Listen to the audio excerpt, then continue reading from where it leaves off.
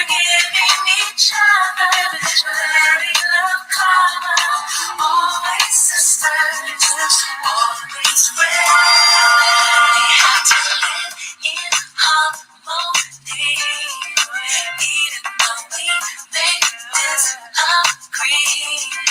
Fighting each other is not the answer. Sharing the skin. Woo! Yes.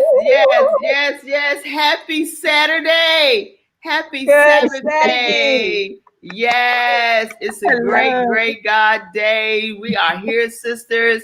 We are back in action another week later, and what a week it has been already. Yes, ma'am.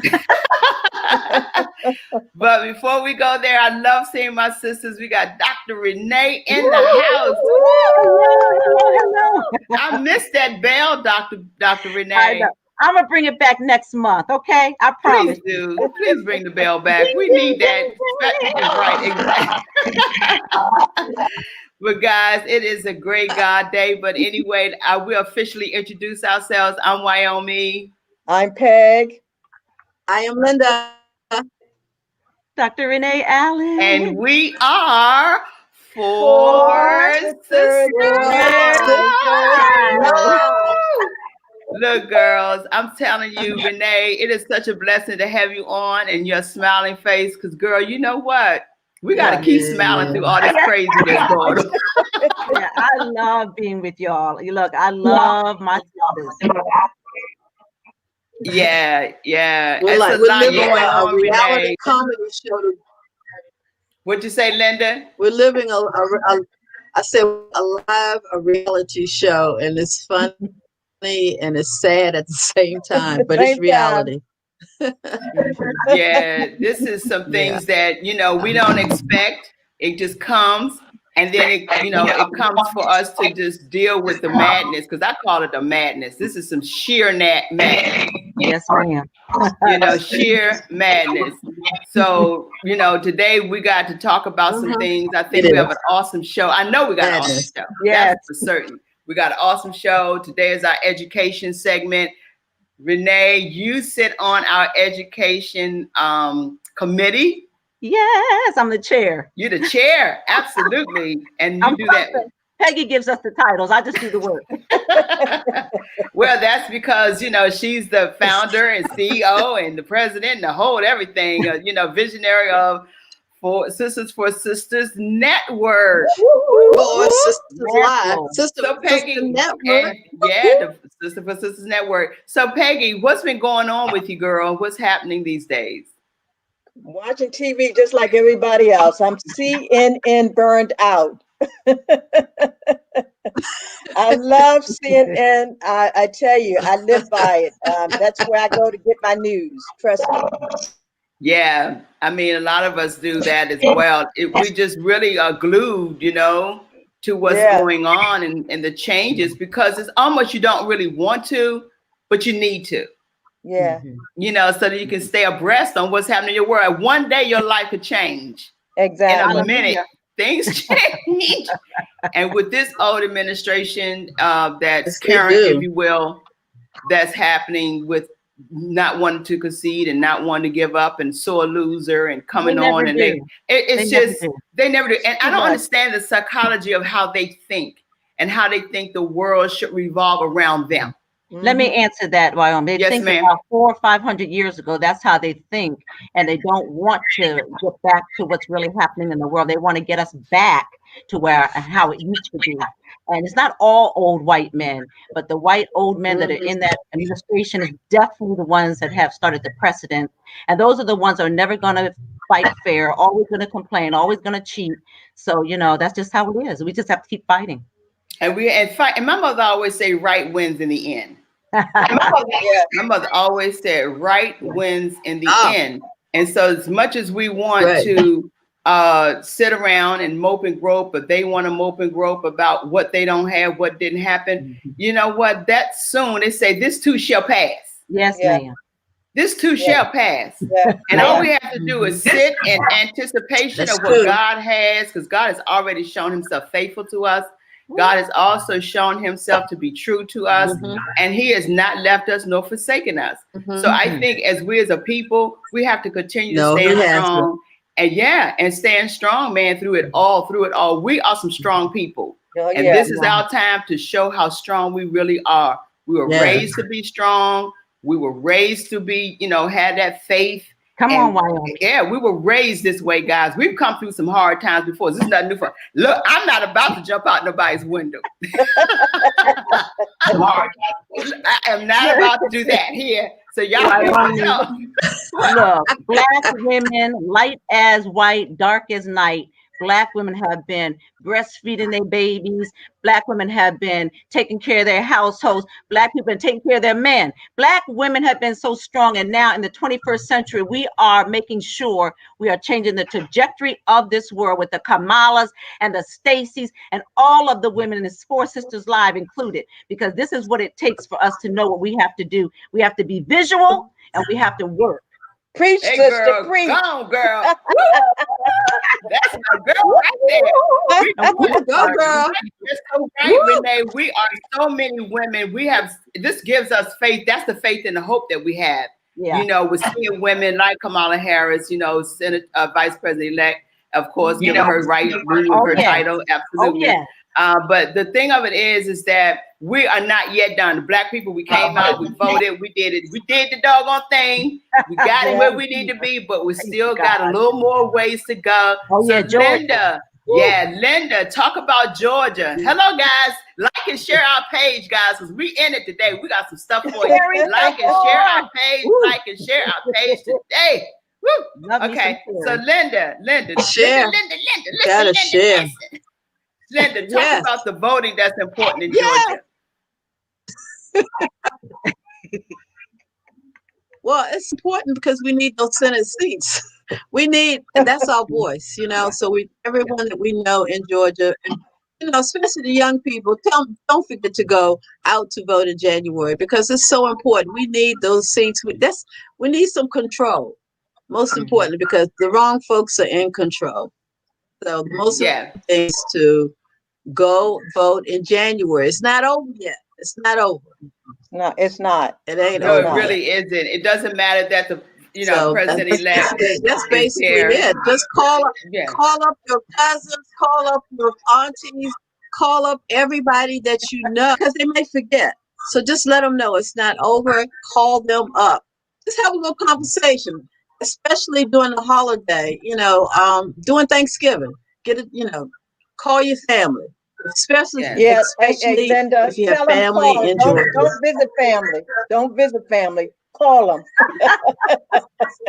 No. Unfortunately, we can't do Zoom it like that. out. Zoom said we could do it. We're gonna Zoom. We're gonna Zoom, y'all. Yes. And put the computer right at the dinner table, and everybody have your dinner right there at the table, and you can talk. That's right. That's what we're gonna do. Right. Yeah, I mean, it's a lot going on. Just a lot of people are still hurting on the dinner table. Yeah, but it's a lot even to that, Linda, as it relates to families who are going to be missing families at the table this year, relative to Thanksgiving. So that's like, for me, I have to just reference the first for my dad. He's not going to be around. It's the first for me not having him around for Thanksgiving. And it just hurts my heart that I can't call him, he can't call me and say happy Thanksgiving and that kind of thing. That stuff hurts, man. It just hurts deep. Yeah. It hurts very deeply. And it's only by God's grace that we get through it each day. And I think we'll learn from our guests. Say it again, Lynn. I was just saying, we're going to learn from our guests about the spirit.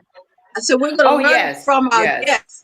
From our guests today, yes, world. So this is the time that you can reach into the spiritual world. I really believe in this, and Quest is going to. And after reading the book, oh my goodness, we have spiritual awesome men coming on. Call on your ancestors. Call on your ancestors during the holiday. This is the time to do it. Well, I know our ancestors heard us when it was time to vote. I'll just say that. I'm sure they did. I'm clear. I'm clear. The spirits work. It works. But nevertheless, we got some other things that's going on as well. We got birthdays. Woo! We got birthdays. It's time to celebrate birthdays. Yay! We got birthdays. We celebrate. No, my girl Peggy just had a birthday last Sunday. She's still celebrating. Peggy, did you have a great time for your birthday, girl? I did. I really did. I stayed home and relaxed. I really wanted us to do, as an organization, do a walk, a 5K walk, but I was concerned about the weather. And then they began to talk about, going back to phase 2 and 1 here in Prince George's County. Yeah. So I said, you know what, let everybody relax, sit back, enjoy. But you know what I experienced? I had the opportunity to jump on a Zoom call, and it's entitled Good Trouble. Good Trouble. And it's a sister that had set this up, and I got on about 2 weeks ago, and I fell in love with it. So I spent my birthday tuning in to some good trouble, and it's all about just meeting new people around the country who are doing some amazing things. Yeah, so that was my birthday treat. That's good, Peg. Well, you celebrating. The older we get, we don't need to do a whole lot. Just so everything, a lot of things doesn't take much for us to be happy. Well, let me tell you, after that, I did take a nap. So you rest. It was too much. But look, that's a good thing, Peggy. You're resting, and that's what we all continue to do: is take our rest. We must stay, be healthy, and that's part of it. We have to rest and do the things we need to do in this pandemic, because it's not over. This COVID is we also still there. Had Dr. Casey celebrated her birthday. Dr. Casey, and also Gloria Jennings out of Baltimore. Their birthday was on the 18th. Love her. Oh, yeah. Wonderful. Yay. That's good. That's good. I miss Gloria. Yes. I know. Yeah. Yes, absolutely. Yes. Yes. But at the same time, we got so many other people who are celebrating, and even anniversaries and stuff that we don't acknowledge sometimes, because we got a lot of people who are celebrating all kinds of things, and, but we still have to celebrate anyway. I think we just need to do that. Even if we're not having a birthday, celebrate life, celebrate what we're doing. Just celebrate, be happy, get around some happy people. Yes, every day. Get around some happy people. Yeah. Smile and carry on. Because if you found these every day, people dreary and down, that's okay. I want to talk to you, because it's just not healthy right now. Yeah, exactly. Because people are going through it. And look, let me just say this, because this is our education day, and Renee, just piggyback on this as well. We got to pray for our children. Yes, we do, because they are going through a hard time right now. Yeah. Finding what they need to do to fit in this world that they need to deal with when it comes to their education. They don't know if they're going back. They don't know if they're not going back. They don't know what's affecting them or how it's affecting them. They have an idea, because it's engulfing in their world. If you understand what I'm saying, is that they are really suffering. These kids are getting to a point where it is affecting them psychologically. It is physically, emotionally. That's it really is getting to our children, and these kids are not having a normal lifestyle. This is not normal it ain't normal for us, much less normal for our babies. But one thing about children, they're very resilient, and hopefully and prayerfully they all have some type of support, to keep them, excited and inspired. Yeah. Yeah, that's true. And that's the other thing we have to keeping them optimistic. They have to be optimistic, and we have to encourage them, because, this is the uncertainty, just as they thought everything was on track, everything was off track, and that was for everybody. So we have to encourage each other, but especially our young people, because some of them don't know how to deal with it. They've been talking a lot about depression and the young people are going through, because they want to be with their friends, and we want to encourage them more and more, and just talking now. They see that just talking to each other by way of their phones and the internet is not working anymore. They want to touch. They need that touch. They need that feel. Yeah, and they need their So interaction. hug everybody in your house. Yes, they need that. Yeah. Well, They why? need that. Mm-hmm. We We need got that. some shout outs. We got Brian Robinson on watching us. Janita Rena is another one who's checking us out. Terry Tabor. Hey, That's Wanda Juanita, Robinson, how my are friend you? Juanita. Hey guys. Hey, Woo! Juanita. So good job. I Thank you see for tuning in. Wanda's out there too. I see Wanda. Hi, Yes. Wanda. Thank you. Yeah, that's great. Our sisters are chiming Terry's up in. there. Terry, yay, I see Terry. Patricia, my One thing- sorority sister. Pat is out. Hi, Pat. How you doing, Pat? Talk to you soon. Woo!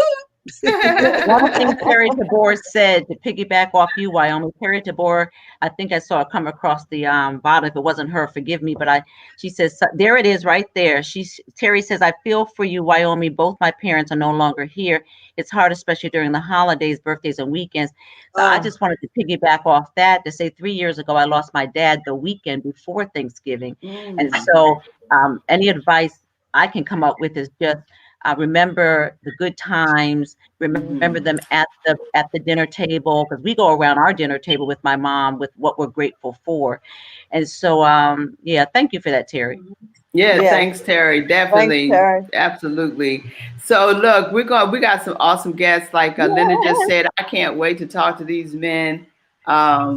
You know, what can we say? We got some strong brothers. This is a Four Sisters live show, but we do need some brothers every now and then. Hallelujah. Hey, So Jasmine. yeah, it's all, hey Jasmine, yeah, hook us up, Jasmine. Let them know we here, girl. Lisa Jones, hey, first time visitor. Hi, Lisa. Thanks for joining us. We love you and all of those who continue to support us. We need your support. We're trying to get our numbers up. We got a lot to do on that. Next year, we're going hard, girls. Going hard. With So, your friends. Don't forget to share with your friends right But now. Let's do a party right now. We're talking about celebrating. Watch We got party. 3 years. This is our 3rd year anniversary. Come on. We celebrating our anniversary this month. That's right. Yes. Yes. Happy anniversary. Yes. Happy Yes. anniversary. Happy anniversary. Yes. I can't believe it. Yeah, Can't 3 believe years, it. man. I know that's right. Woo, So we're happy. unbelievable.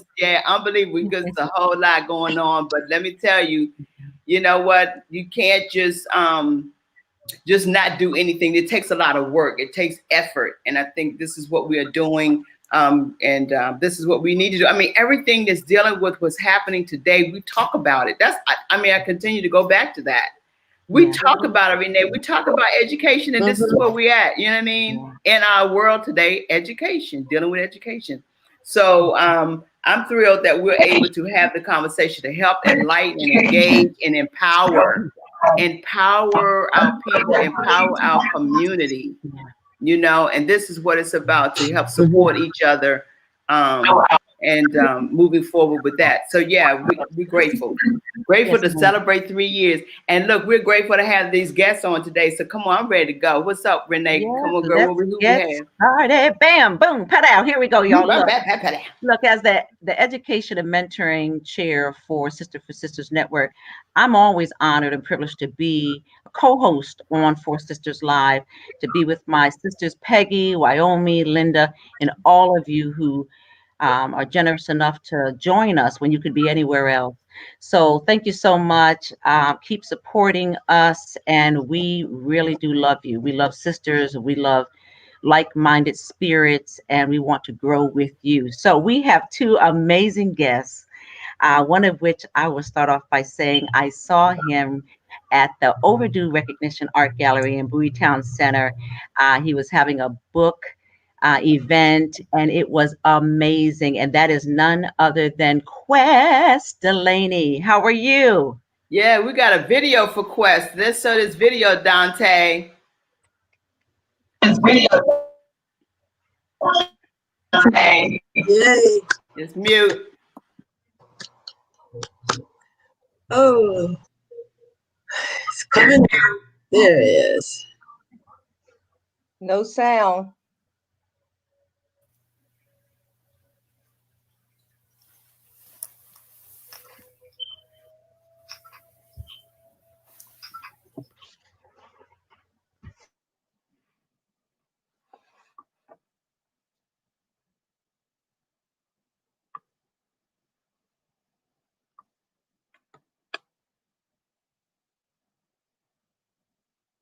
Bring him in, Peg. Bring in Quest.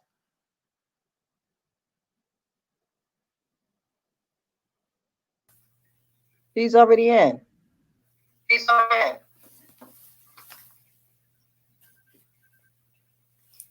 Did you hear me? Dante. Hello? Do it again, Dante, because we didn't get any sound. Peggy. Hello? Yeah, Dante. Okay.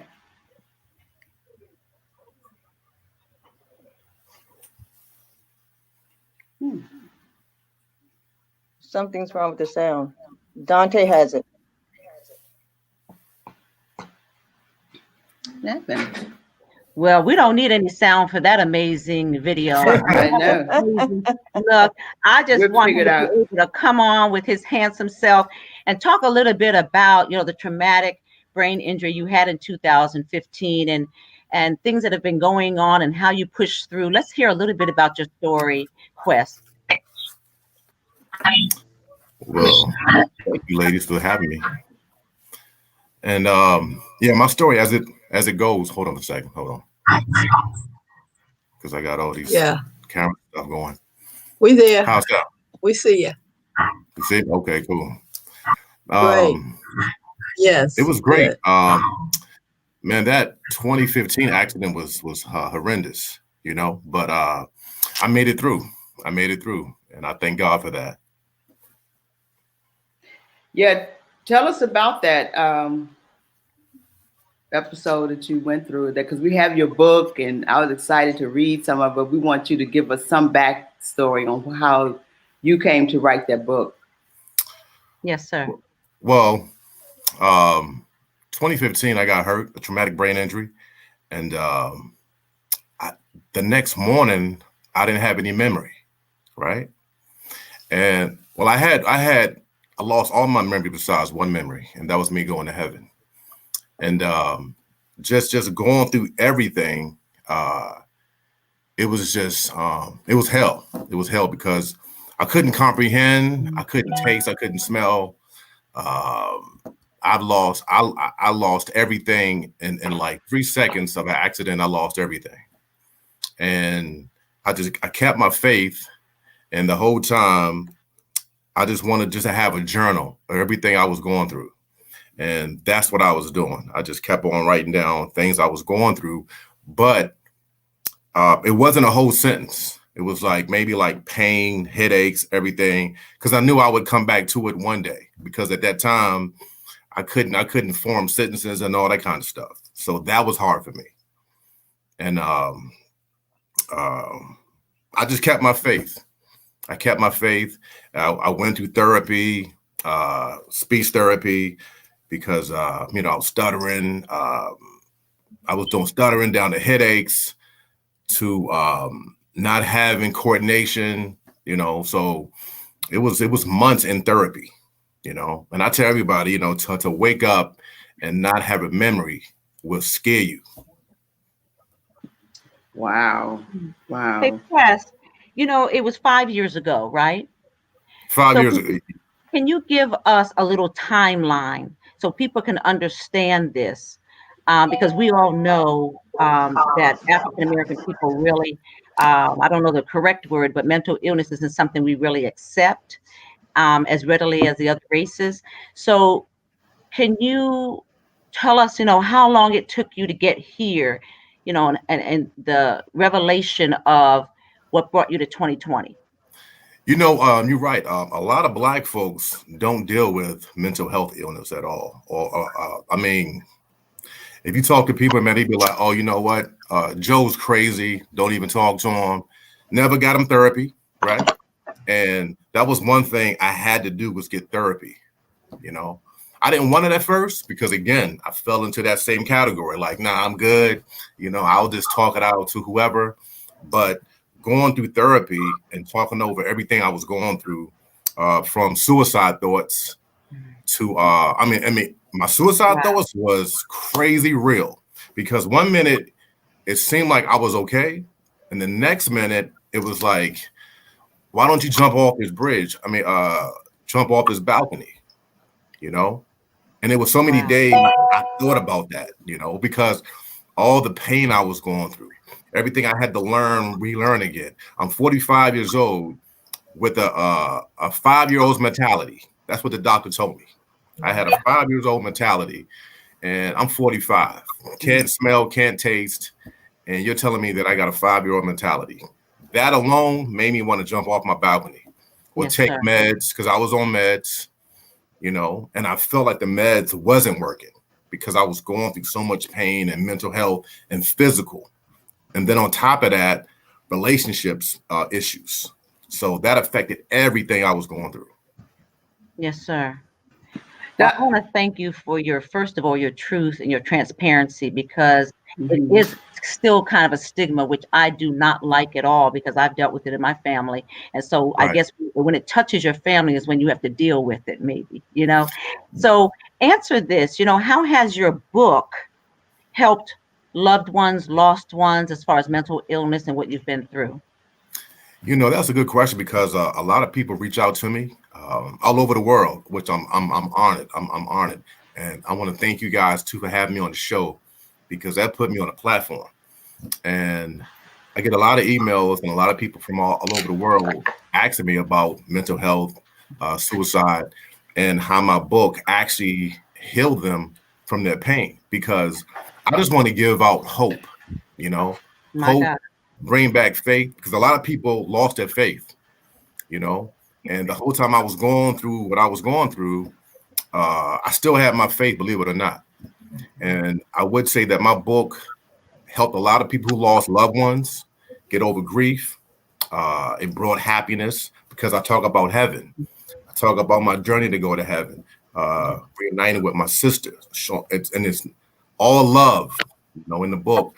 And a lot of people are missing love, joy, happiness, and they fail to have patience for all this.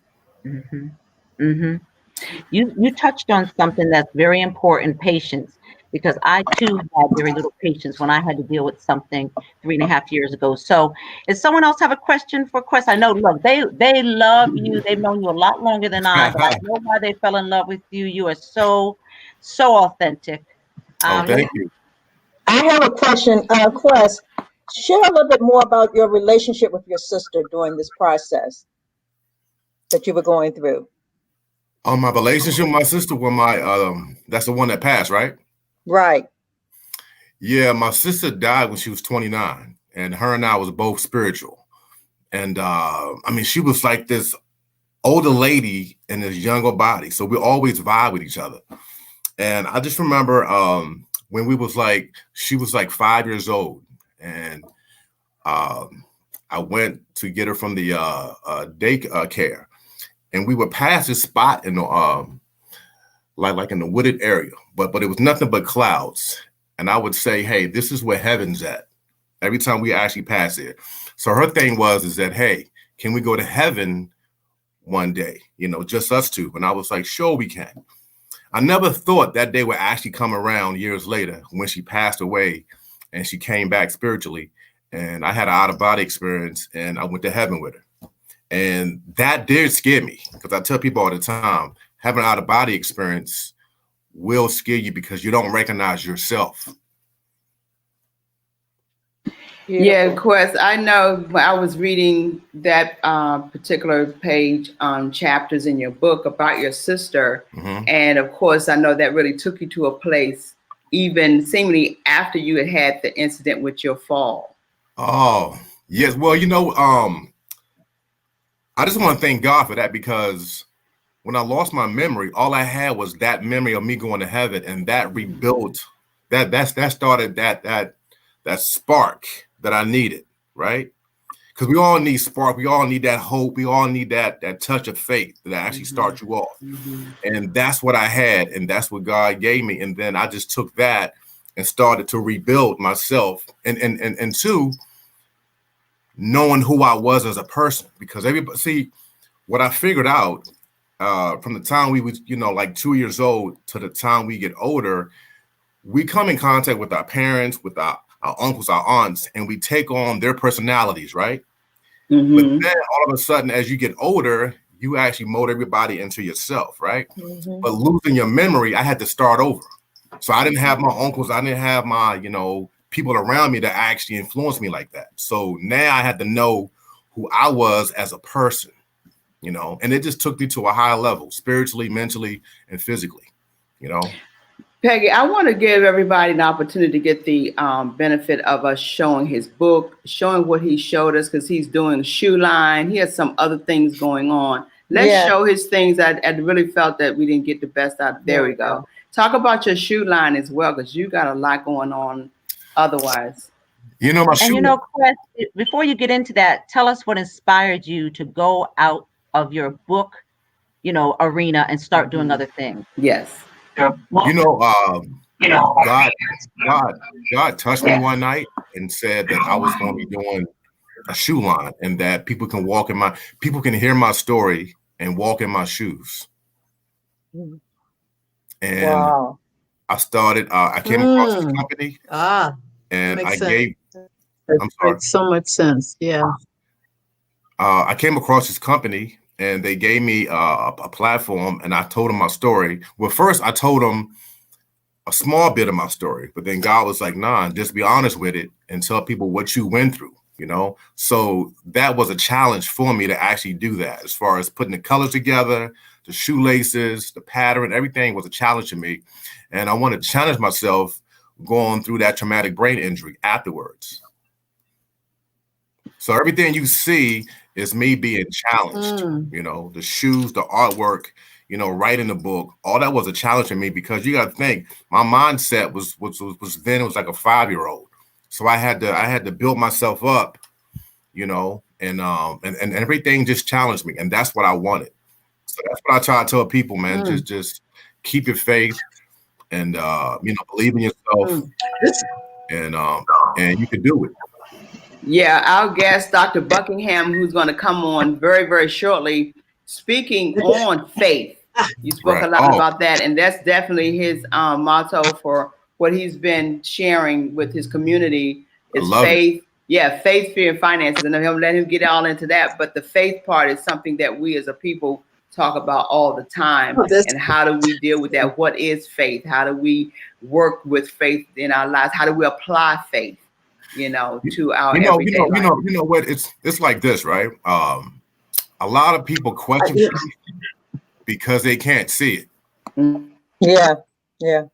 If you could see your faith, then a lot of people would have tremendous faith.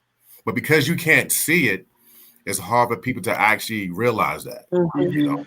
Yeah, it's a walk. It's a walk that you have to have. You have to have a walk. And you have to believe. You have to believe in God. You have to believe that everything will work out.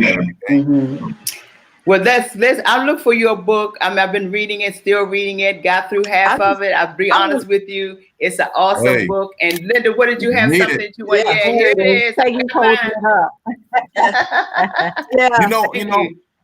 do want to say. I do want to say another thing. Sure. Because of Peggy, I met a lot of people, and because of you guys, ladies as well. But because of my book status, I was able to be featured in another book. It was Vision and Purpose. That's out available. You guys see that? Yeah. So that's the magazine that. Yeah. Right. Yeah. And I'm honored to be in this, honestly, because it's explains me. Put it like that. Absolutely. So can you give everybody how they can contact with you, your website? Okay, definitely. Okay, Linda, go ahead. No, I was just encouraging. After reading, because I can't put the book down, I haven't finished. I haven't read a whole book in a long time. But this book will keep you entranced. And as he describes his vision when he went to heaven, it's amazing. And it brought spiritual things back to me. So I really encourage people to read this.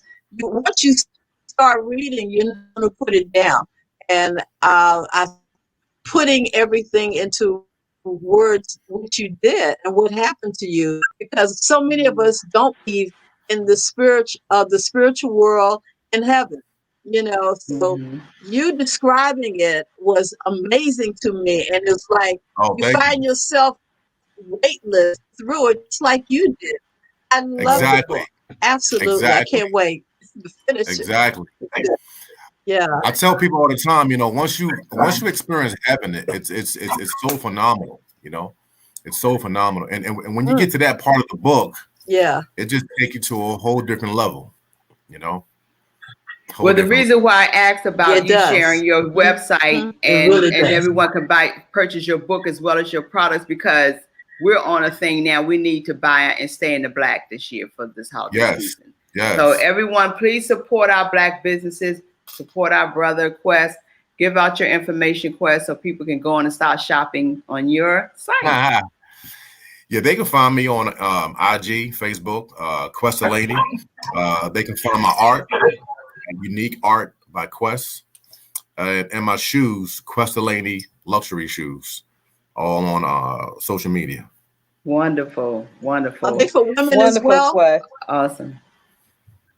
Congratulations on your book, your art, your walking in luxury footwear. Yeah, I love it. I thank God for that. So, you know. Yes, sir. Yes. Thank you so much. Well, stand by. I thank y'all for having me. Trust me. We have to have you come back, because you're still not putting the touch on your real story. Okay, so we need to have you come back. I need that whole hour. Yes.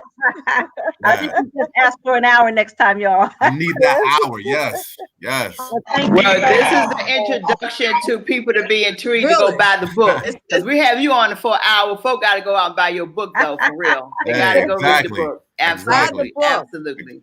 Absolutely. Thank you once again, Quest. Yes, thank you, Quest. So good. Trust me. Right. Yes, it will. Yes, it will. Absolutely. All right, ladies. We want you to stay with us. We're going to bring in Dr. Buckingham, so stay with us, okay? I'm excited. I'm excited. Thanks again, Quest Delaney. We love you, and you inspire us. Next, Four Sisters Live has brought us. Let's mute everyone, because I can hear a lot of feedback. So since Four Sisters Live is always pairing people so you can get the most out of the broadcast. And so next we have an amazing doctor, and he is the president and CEO of REAL, Horizons Consulting Solutions, LLC, Dr. Dwayne L. Buckingham. Welcome to the show. Thank you all for having me, Peggy and the family. I say this family, right? We're family. We're family. Yes. You in. Yes, Dr. Buckingham. We just heard from Quest Delaney. Of course, you were on and heard some of his story. And we just like to hear a little bit about you and your background before we start asking the questions. Okay, well, a little bit about me. I've been doing psychotherapy now for about 22 years. And I got most of my training in the military. I'm still active duty, started off in the Air Force, and been stationed all over the world, Germany, Turkey, different places deployed. And so I can relate to his story in terms of, I understand trauma. There's physical trauma, then there is emotional, psychological trauma, right? And so part of my job as a mental health therapist dealing in the military environment, I've trained and I've taught and I've done therapy with thousands, like literally thousands of wounded warriors who suffer from traumatic brain injury, you know, from war. And so everything that Quest was talking about, I have dealt with that for many, many years, and a therapist who's actually had to help other individuals, you know, go through that. So I have extensive experience in dealing with trauma. From my own personal life, I haven't had physical trauma, but psychological trauma of being the second youngest out of 8 and the first one to become a doctor, but growing up in an environment with no father, being shot in the arm, having car accidents, you know, drug infested neighborhoods. So, you know, I've been there, done that.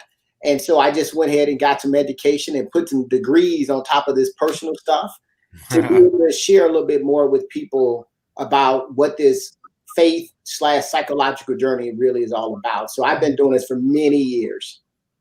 Thank you so much. Well, first of all, thank you. Yeah, Dr. Buckingham has really been a part of us for a while, Renee. Oh, okay.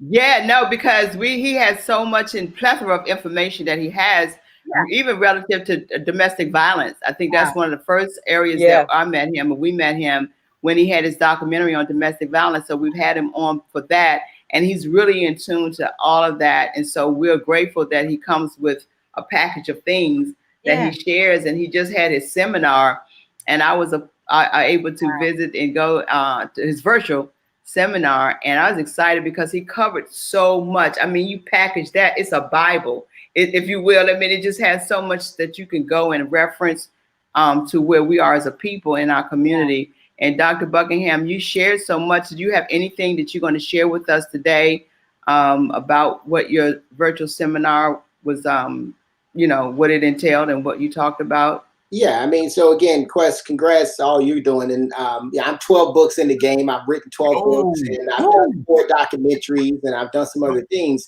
And one of the things I actually do is I do a lot of training. And so recently, with everything that's going on in the world around civil unrest and everything, I put on a summit called I Can't Breathe. And it's a culture sensitivity summit that I did. It was 5 seminars that I did. And I had thousands of people who literally attended them earlier. So I wanted to give it and put it on for the Black community. But I had 5 topics that I covered. The first one was I Can't Breathe, understanding cultural trauma, grief, and mourning experienced by African Americans. And then I transitioned from that topic and I talked about understanding oppression through the lenses of a Black man. How do you all see me as a Black man? Do you see me as a coward? Do you see me as a criminal? Or do you see me as a conqueror? And so I explained what those different ways is and how we see ourselves as Black men and how we see ourselves the way other people see us. And then I transitioned, and today I'm going to talk about this, is psychotherapy for white people. Why is it so difficult for African Americans to get help? And then the last 2, I actually gave some solution. And I talked about emotional intelligence, which is the trigger to being able to, true solution to be able to combat racism is emotional intelligence and understanding what that means. And then I ended with one of my books titled with empathy-driven mindset of you don't know a person until you can walk in their shoes and display a certain amount of compassion and empathy towards people. But you cannot show empathy without self-awareness. You have to be aware of who you are and be able to regulate who you are. So that was the conference in and all of it itself. But today I wanted to talk a little bit about the title, is psychotherapy for white people. Why is it that we who have cultural, from slavery through civil rights eras to even today, modern day lynching of Black people, Black men, and we still do not get help? So I want to talk a little bit about that. Peggy, did you all want me to just show my little presentation, or do you all have further questions before I do this quick drive-by? How you all want to? Yeah, go ahead and show your slides. Okay, so I'm going to do this. And again, keep in mind, this is a condensed, hour-and-a-half presentation that I'm going to try to give you all 15 quick minutes, as much as I can, of what this looks like and what it was. But it was one of the most popular presentations. I'm going to go ahead and share my screen, pull up these slides for you all. And I'm going to jump in and give you this quick drive-by of what other individuals thought was really powerful. Let me know if you can actually see the slides. Can you all see the presentation? Not yet. Not yet. Okay.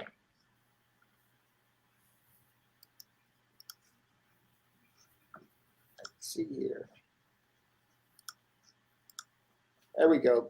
We should be able to see it now. We'll be rocking and rolling. Can you all see it? Yes. You all got it? Yes, sir. We haven't gotten the slides yet. Yeah. But we don't see the slides. I'm going to go through this again. This is the 15-minute bearing. So like Quest said, in order to do this any justice, you need about an hour and a half to really. But here we go. The golden question that I'm asked oftentimes is psychotherapy for white people? And the question actually comes from African Americans. It comes from people who look like us. And why is it so difficult for us to get help? So this is one of my favorite images because it reflects like our ancestors, like our elderly people, of all the trauma they've been through. And the question I believe that most have come to ask, have you ever asked yourself, is psychotherapy for white people? Why do I actually ask this question? And why do a lot of people approach me and ask me this question? Here is one reason. African Americans are 20% more likely to experience serious mental health issues. But, and there's a big but, only 1 out of 3 African Americans who need mental help receives it. So you got that brother who's sitting next to you, that sister sitting next to you, who probably has some kind of problem, was not getting help. Why, again, do we ask, are African Americans having trouble getting help? We ask that question again because despite the fact that psychotherapy has proven to be helpful to alleviate psychological stress, many of us, even through everything that's going on in the community, do not get help. Why is that? When we look at it again, African Americans have the lowest rate of mental health services using prescription, meaning we do not use prescription medications, but we have higher use of inpatient services, which means we typically wait to the last minute before we get help. So we're not going to use medications. We typically don't go to outpatient mental health clinics. We wait to the last minute, and most African Americans will be seen in the ER before they will be seen in outpatient services to truly get help for prevention. Why is that? Why is it so difficult for African Americans to get help? We got to keep answering this question, because until we answer this question, we're going to continuously have problems in the community. So African Americans is experiencing a medical and mental health crisis. I mean, America is all over, right? I mean, we're going through civil unrest. We have racism at an all-time high. We got people dying from COVID-19. And African Americans are disproportionately affected and compared to any other ethnic group. We are disproportionately dying at higher rates from COVID-19. We're being killed on the streets. We have the civil unrest. But again, why do we not get help? Here's the deal. Psychological pain is less visible than physical pain, but it influences every aspect of our existence. And I want you all to let that sink in.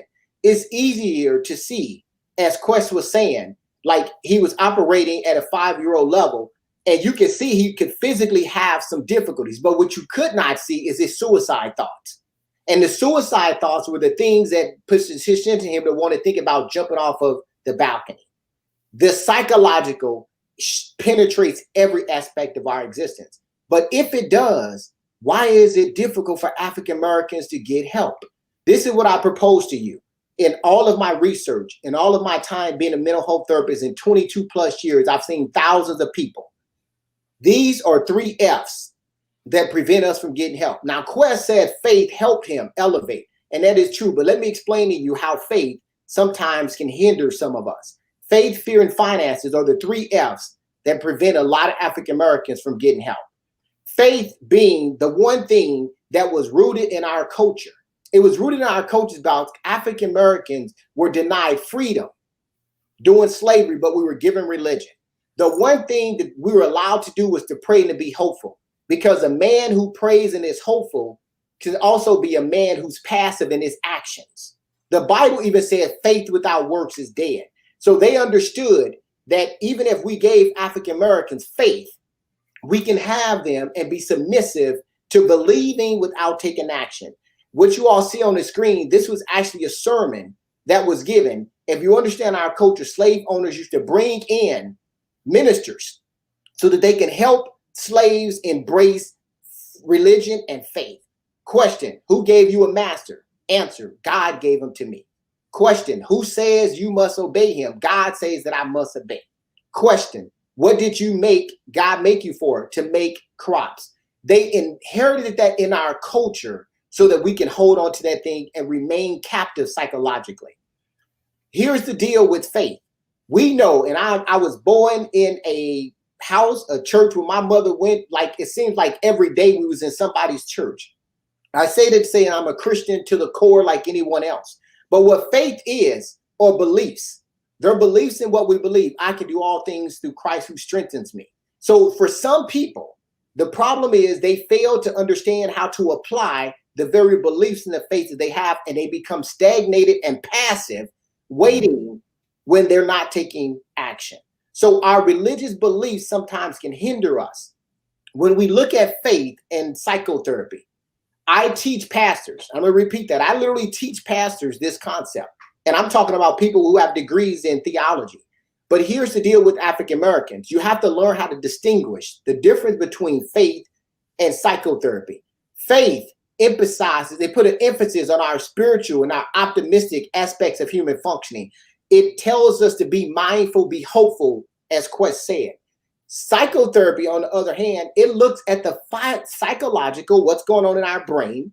It looks at biological, when you have traumatic brain injury. It looks at those aspects of what makes us human. Faith focuses on substance of things that are hoped for. Psychotherapy helps you deal with things that are present.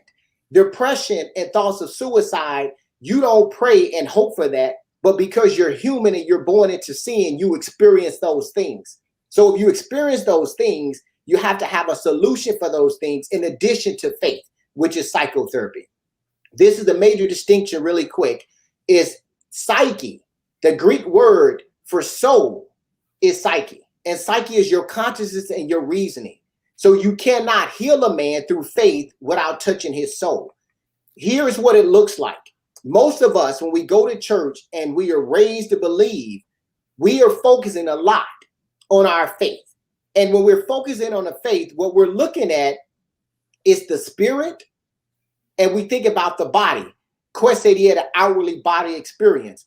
Spirit basically tells us that we have faith, hope, reverence, and worship. This is what we get in church. We go to church to enhance our spiritual being. The problem sometimes is that you can have troubled people in church and no one is helping them deal with their soul. Remember, the Greek word for soul is psyche. So why do people who are spiritually and into the church depressed? Because we're not addressing the soul, which is the psyche.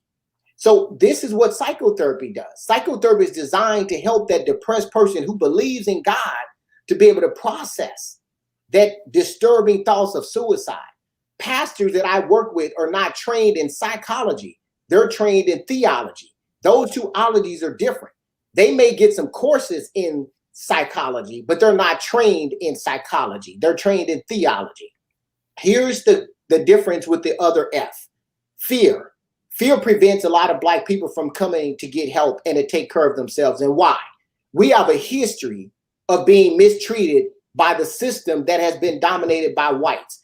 Tuskegee study, if you know our history, this is where the United States Public Health injected syphilis into Black men to kind of see what would happen and didn't give them any treatment. Over 400 Black men in the South were injected. And so we have a distrust for the system. And most people are afraid to get mental health because we have that distrust. The other thing we have a distrust of why we don't get help is that most people who provide therapy don't look like me. You're probably not going to see too many Black mental health professionals. We only represent about 1% of the mental health field. This is the other thing that prevents a lot of us from getting help. Finances. It's hard to go get help. Now, I'm going to preface this by saying some people say we can't afford mental health. I agree. Some people can't afford mental health, but some people have their priorities wrong. They would buy Jordans and True Religion before they'll take care of their mental health. And so we have a tendency to focus on finances. Can we really afford it? The issue with finances is this. Health insurance among African Americans. There was a study that was done in 2018, and most Blacks have no health insurance, which means that they're not going to get help. And some of them make just enough money to where they don't feel like they can pay out of pocket, but they don't make enough money to be eligible for services that are free. So they just get no help. So, but this is all tied into finances. And what we find is that most African Americans do not value and understand the importance of investing in insurance, but we will invest to look good on the outside. We will buy clothes and shoes before we buy a healthcare plan. These things are tied into finances. So when people ask me, Dr. Buckingham, how can I help? We have to get in a better place of helping our African American people understand these three things. These are three things we have to do. We have to educate about African Americans about the benefit of integrating spirituality and psychotherapy. I am not telling you that faith is not important. Faith is everything. I was raised that way. But we have to teach African Americans to understand that the man is made up of the body, the soul, and the spirit. We can't focus on one aspect of the man and leave the other two alone.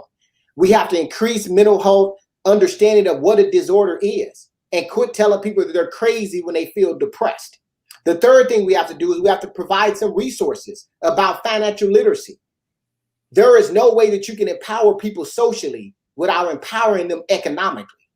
You can keep marching and protesting, and I'm all for that. But at the end of the day, until we understand financial literacy, you cannot help. These are the 3 F's: faith, fear, and finances that hinders us. Any questions you all have about this? It was a drive-by, quick. Woo, can you all imagine his entire seminar, his entire, presentation on that day? It was what, 6 hours? Summit, yes. A summit of 6 hours. And he just gave a bit to us in 15 minutes. Oh my God. So Wyoming, I want to first say to this man of God, thank you for serving our country. I'm a 22-year retired veteran. For you to be active duty and all the wounded warriors, God bless you and thank you for your service. This was great. This was great. Drive by. I think this little snippet caught my brain like this. I know. Quest, did you have, because what I want to do, Peggy, we didn't get a chance to have Quest video shown like we really want to in our last minute or two. Let's see if we can get that back up, because I think it may have some correlation to what we're doing and what we're talking about. Let's see if we can put up Dante. Can you try to see if we can get that up again, please? This is Quest video. We have back feedback. Okay, let's see what we got. Peg, are we ready to let Dante in? Okay. Yeah. Bring him in. I did. Okay, let's see what's going on. In both.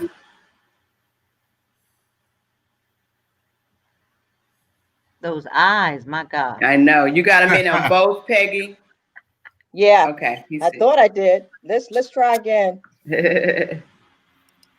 Dante? Here we go. All right. Here we go. All right, bring the screen in, Peg.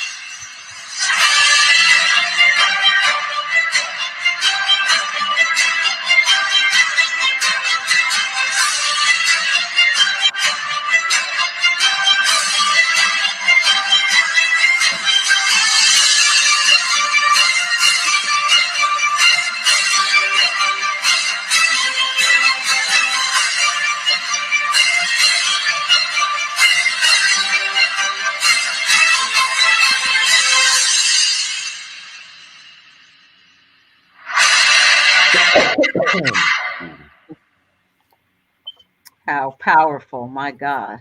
Wow. Hey, wow. hey, that was my storm. I tell you. It was powerful without the volume, but with the volume, it was bam, boom, pa-down. Yeah, the volume that you had on that. Yeah, I mean, we just wanted to make sure that we did that again because it speaks to your story. Yes. And that short time frame that you had to do 2015, now we're in 2020, but you're still living it, obviously. And you're still dealing with that. And I think it's so powerful that we have both of you all on today to speak on how this affects us as a people. Yeah. And I think, Doctor, did you have any questions for him, Quest? Because I know I was going to speak from the man perspective in the last minute that we have or so.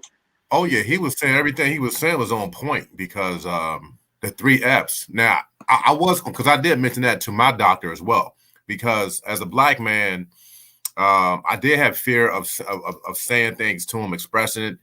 And then I felt like I didn't have the money to actually finance my whole therapy, session. And if I felt that way, I know other Black men felt the same way. And what happened is that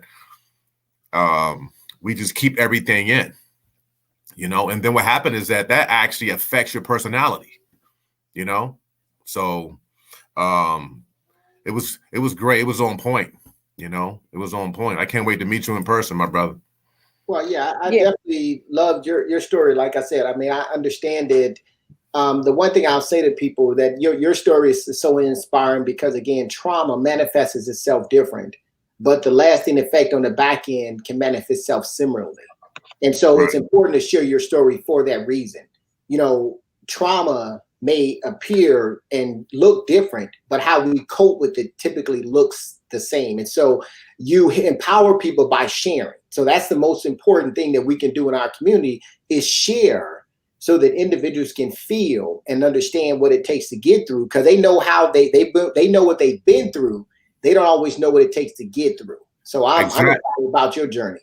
Exactly, because I know I've seen several doctors and they all said the same thing. Oh, well, he looks normal. And I used to tell the doctors and the judge, like, listen, because I look normal, I don't feel normal. And I know the time I went to the hospital, I always said I wanted to kill the guy that I became, but I don't want to kill me, because I believe I turned into this other person that I hated, you know.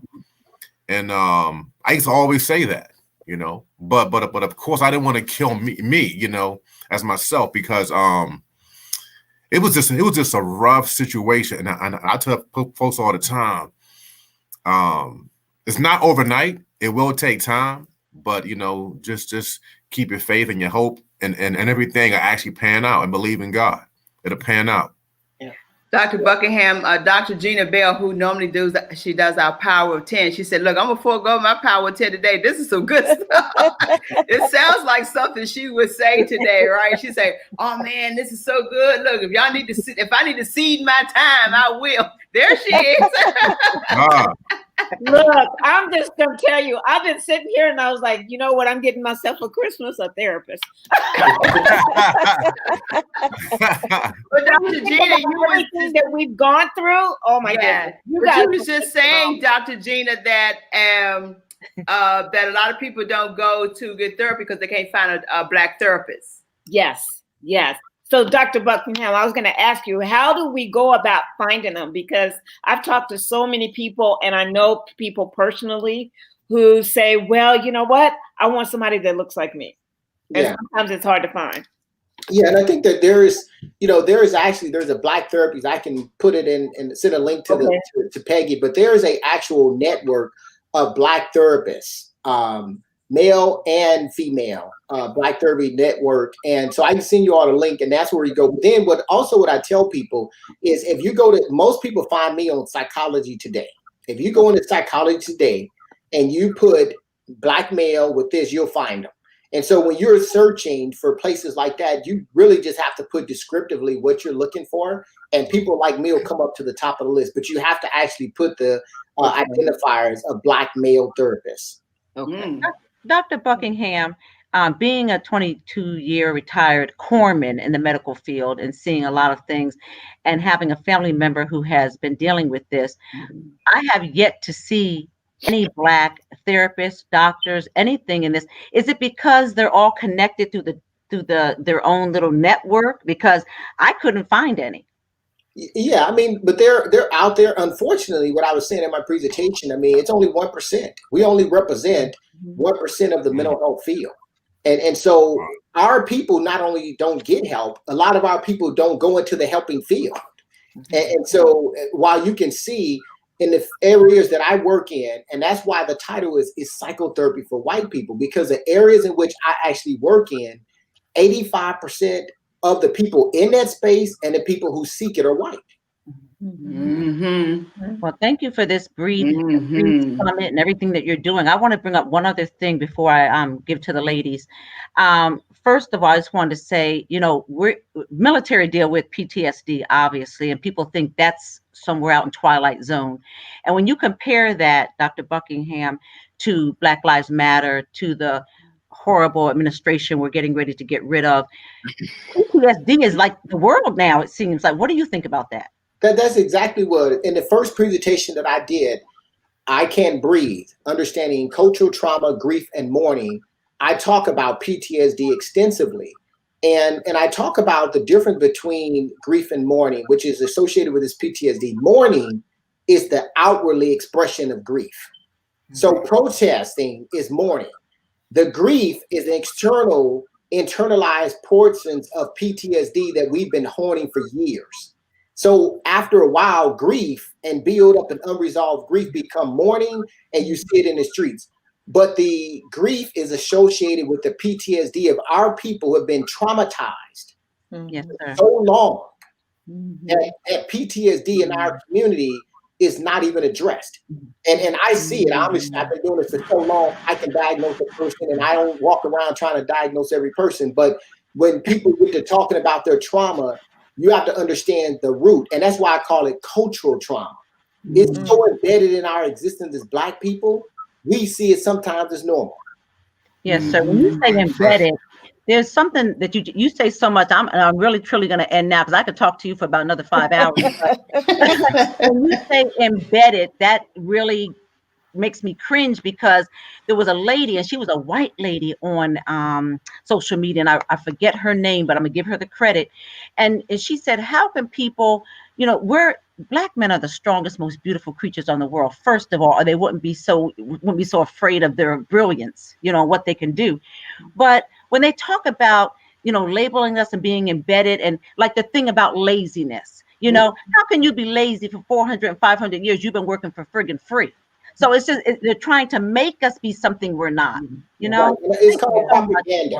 I mean, it's called propaganda. And I talk about that as well, is that, that's the same way in which Hitler was able to come into power, right?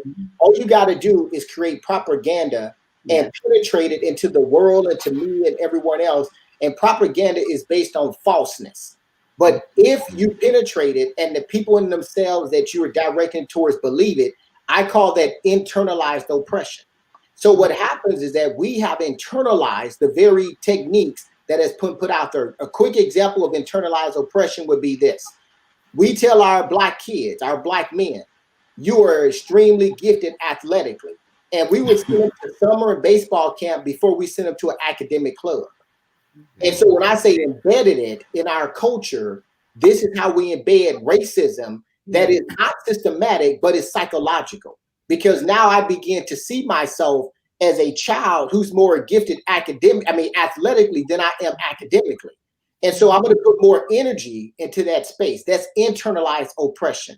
If you say to a Black man that you're an attractive man and you continuously give him more accolades about how he looked and how he thinks, he begins to think that womanizing is cool.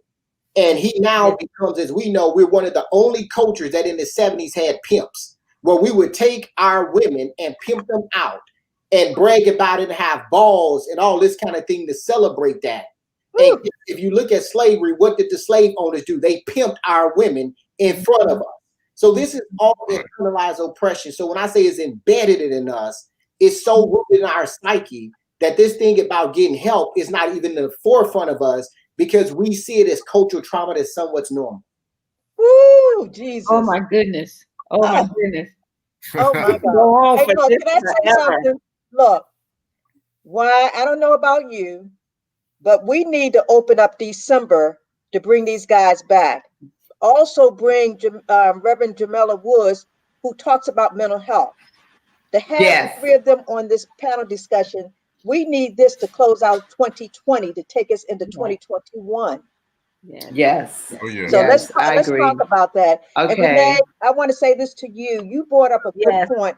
You said that we have a tendency to pair people up as our guests that we bring onto the show. And I really didn't think about that until you said it. Mm-hmm. This is a good example right here. We make connections through our show. Absolutely. Okay. Bringing Dr. Buckingham and bringing Quest in and bringing Jamela Woods in. That's gold mine right there. Yeah. That's a gold mine. Definitely. Well, we're definitely going to have you guys on. Like she said again, this has been powerful. It's been enlightening, and this has been very engaging, of course. So we definitely appreciate you, all of you, that to come on our show just this year alone. But for today, this has been one of the best. Yeah, oh, absolutely. And This has been one of the best, I definitely want Peggy to connect me with Dr. Buckingham for something. So Dr. Buckingham, yeah, Renee, you're absolutely right, because that is a great connection. And you spoke it from the military perspective, because there's a lot of the PTSD that happens through that. So I'm sure he get a lot of clients even in that, vein. But can you put your number out and information you care to share, Dr. Buckingham? I can. You can go to my website and email me from there. It's www.realhorizonsdlb.com. I can't. There's put it on mute, guys, so he can give it out, please. Okay. So easiest way to reach me is Dwayne@realhorizonsdlb.com. I'm actually put it here in the chat as well. And so you all can kind of see it. And then I also put my website, it's in the chat there. And so you can send me an email through there. And then I'm also typing in, you all can share this with those who are joining as well. Yes. Dwayne@realhorizonsdlb.com. It's in the private chat for those who host in. And then I can also put it in the comments here. If you all can put it in the comments for those, but Dwayne@realhorizonsdlb.com. And my website is realhorizonsdlb.com. And I actually have a non-for-profit, Dr. Renee, that deals particularly called the Empathy and Resiliency Center. And it's for our community, African Americans, and for actual veterans around mental health. Yes, sir. I'm going to actually talk to you. I have a lot to share with you so you can touch a lot of people who are in need of your services. And really quick, I would ask that you all, for ours, please promote. When I did this summit, and before I did the summit, when I did the I Can Breathe training, I had over 350 people on that actual training. And out of 350, 300 of them were white. Wow. We're not even showing up for trainings. So I spent 5 hours to do this training, and a sister from our community through the church. Wow. 350 people showed up, 300 of them were white.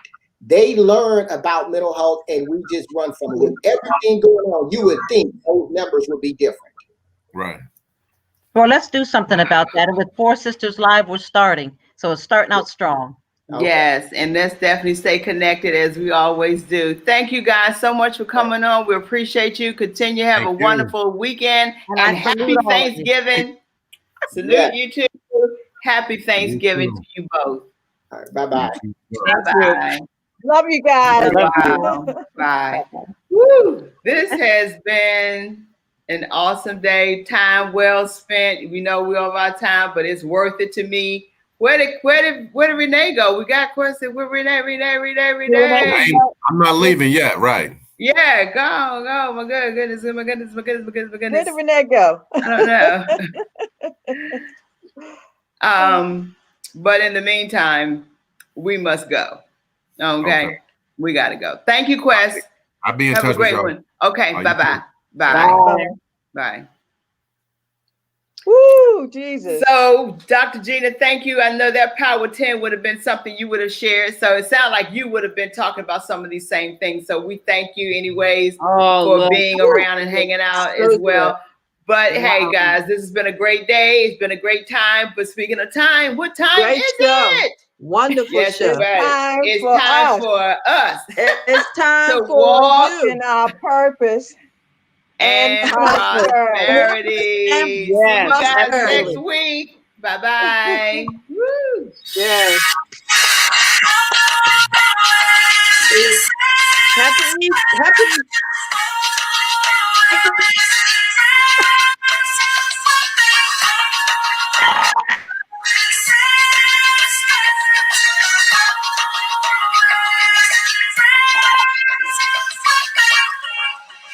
Always sisters, always friends. Let's stay real close till the end. Forgiving each other, letting love come. Always sisters, always friends. We have to live in harmony. Even though we may disagree.